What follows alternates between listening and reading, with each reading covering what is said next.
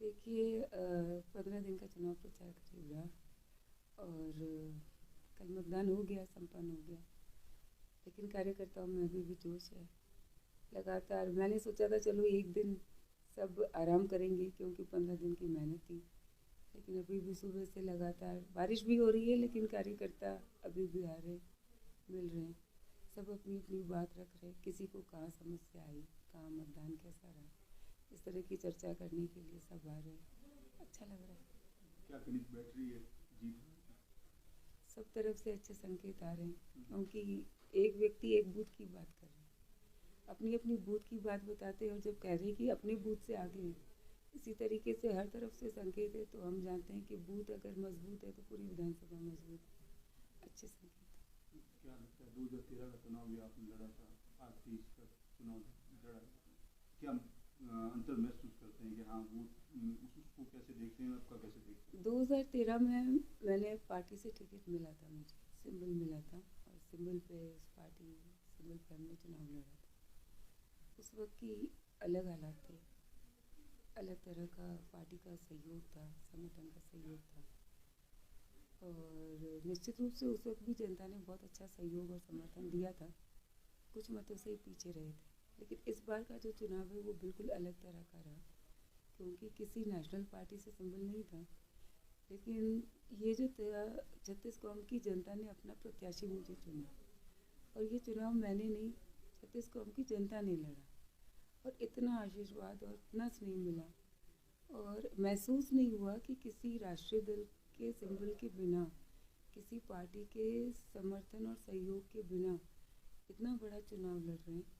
और कार्यकर्ताओं में इतना जोश था, वो सारा काम अपनी मर्जी से, स्वेच्छा से सारा काम कर रहे थे, चाहे प्रचार करने का हो, चाहे लोगों से संपर्क करने का हो, चाहे कोई रैली का हो, सभा का हो, हर छोटे से छोटा काम बिना कहे, ऐसा जैसे कि खुद चुनाव लड़ रहे हो, इस तरीके से सब लोगों ने किया, 36 कौम के लोगों ने किया। तो एक बहुत बड़ा बदलाव था क्योंकि देखिए आसान नहीं होता निर्दलीय चुनाव लड़ना, लेकिन मैं मानती हूँ कि ये चुनाव बहुत आसान रहा क्योंकि 36 कौम की जनता ने ये चुनाव लड़ा, चेहरा मेरा था, तो बहुत अच्छा अनुभव रहा। आपके दादाजी ने भी निर्दलीय लड़ा था, जीत भी गए थे, क्या वही हाँ, क्या मैं रहेगा? लगता है कि वही स्थिति है क्योंकि गंगाराम जी हमेशा कहते थे कि जनता तो मेरे साथ है लेकिन नेता मेरे साथ नहीं है।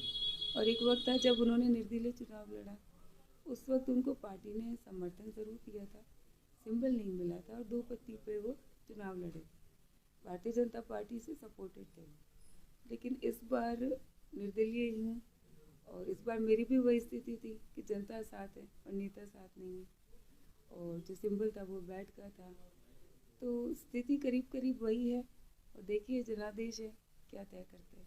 तो इस बार तो संतों का आशीर्वाद भी रहा, राजनीतिक करियर में चर्चा ये है कि इस बार तो संत लड़ रहे थे चुनाव वार्ड में से। देखिए इस बार ये बहुत बड़ा एक बदलाव था क्योंकि बाग जी, जगरामपुरी जी, मठाधीश, एक तपस्वी, वो राजनीति में आए।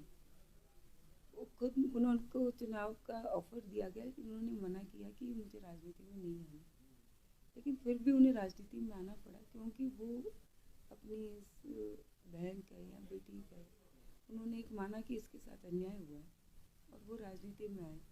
दूसरी बात, उनको पता था कि पिछले 15 साल से जो बाड़मेर की जनता के साथ अन्याय हो रहा है, तो उनके मन में भी ये था कि जब धर्म की लड़ाई हो तो संतों को मैदान में आना पड़ता है और आना चाहिए। तो सभी संतों का आशीर्वाद मिला, सबसे बड़ा जगरामपुरी जी बाग जी का आशीर्वाद, उसके बाद तारात्रा जो अपने विराता में मठ है, जगदीशपुरी जी बाप जी का, महाराज का आशीर्वाद मिला, मूर्तनाथ जी का मिला, शंभुनाथ जी का, नारायण गिरी जी का, कुशाल, सभी का आशीर्वाद मिला।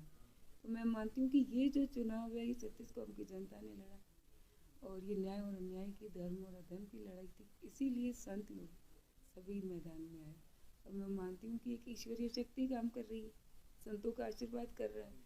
तभी देखिए जहाँ चुनाव में माहौल बिगड़ने के, विवाद होने के आसार रहते हैं, उसकी जगह ये चुनाव एक ऐसा चुनाव बना जिसमें कोई पार्टी का मामला नहीं रहा, कोई जाति समाज का नहीं रहा, धर्म का नहीं रहा, और किसी में अगर छोटा मोटा विवाद था भी, चाहे भाई परिवार में हो, चाहे समाज में हो, चाहे गांव में हो, वो भी अपनी सारी लड़ाई छोड़ के एक जाजम पर आके बैठ गए कि लड़ाई अपनी जगह है, लेकिन इस वक्त हम सबको एक रहना है।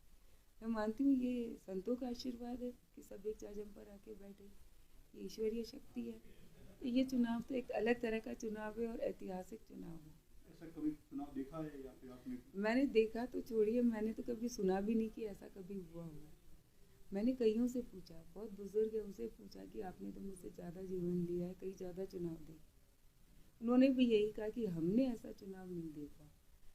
और कुछ कार्यकर्ता तो रोए, उनकी आंखों में मैंने आंसू देखे। मैंने कहा क्यों रो रहे हैं?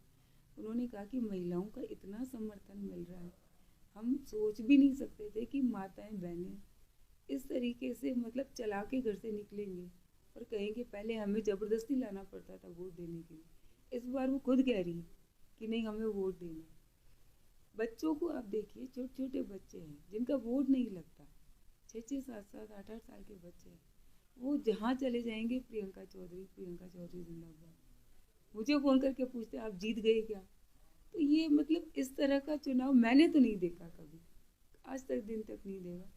ऐतिहासिक चुनाव है, परिणाम चाहे कुछ भी हो, लेकिन बाड़मेर की 36 कौम की जनता ने एक स्पष्ट रूप से ये संदेश पूरे राजस्थान और हिंदुस्तान को दिया है कि जनता जनार्दन है। और 36 कौम की जनता अगर एक जाजम पर आकर बैठ कर निर्णय करती है तो निश्चित रूप से हर पार्टी को देखना चाहिए, हर नेता को देखना चाहिए, और वो आज भी सक्षम है कि कोई अगर विवाद हो या कोई बात हो या किसी के साथ अन्याय है तो वो एक जाजम पर बैठ के निर्णय करने में सक्षम है।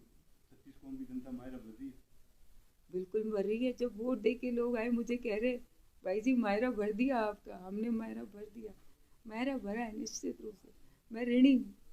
3 तारीख को रिजल्ट का कितना इंतजार है आपको? देखिए पहले तो टिकट अनाउंस होने का इंतज़ार था, जो कि लास्ट मोमेंट पे कट गया। फिर 25 तारीख का इंतज़ार था कि मतदान होगा कैसा होगा, और अब 3 तारीख का निश्चित रूप से इंतज़ार है। लेकिन जिस तरीके से सब लोग पहले ही बधाई दे रहे हैं, तो देखिए अब संतों का आशीर्वाद है, सोचती हूँ सब ठीक ही होगा, लेकिन निश्चित रूप से इंतज़ार है।